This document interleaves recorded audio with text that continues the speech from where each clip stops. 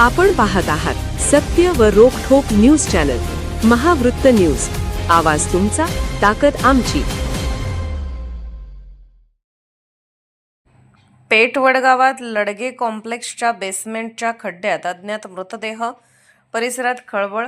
5-6 वर्षापासून रखडलेल्या बांधकामाच्या खड्ड्यात पावसाचे पाणी साचले. घातपात की अपघात? पोलिसांचा तपास सुरू. पेठ वडगाव शहरातील एसटी स्टँड समोरील लडगे कॉम्प्लेक्सच्या बेसमेंटसाठी खोदण्यात आलेल्या मोठ्या खड्ड्यात अज्ञात व्यक्तीचा मृतदेह आढळून आल्याने शहरात एकच खळबळ उडाली आहे.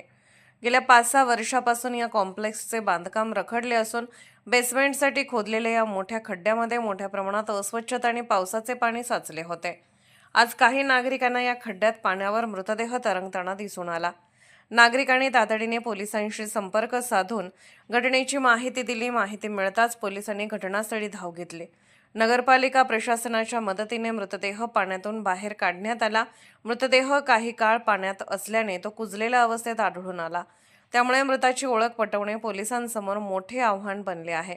दरम्यान संबंधित व्यक्ती या खड्ड्यात नेमकी कशी पडली, हा अपघात आहे की या घटनेमागे काही घातपात आहे, याचा तपास पोलिसांकडून सुरू आहे.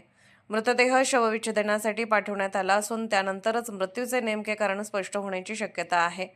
विशेष म्हणजे गेल्याच महिन्यात पेठ वडगाव शहरात भर दिवसा पतीने पत्नीवर धारदार शस्त्राने हल्ला करून तिचा खून केल्याची घटना घडली होती. त्यानंतर आता पुन्हा शहरात अज्ञात पुरुषाचा मृतदेह आढळून आल्याने नागरिकांमध्ये भीतीचे वातावरण निर्माण झाले आहे. या घटनेमुळे शहरातील रखडलेल्या बांधकामाच्या सुरक्षिततेचा प्रश्नही ऐरणीवर आला.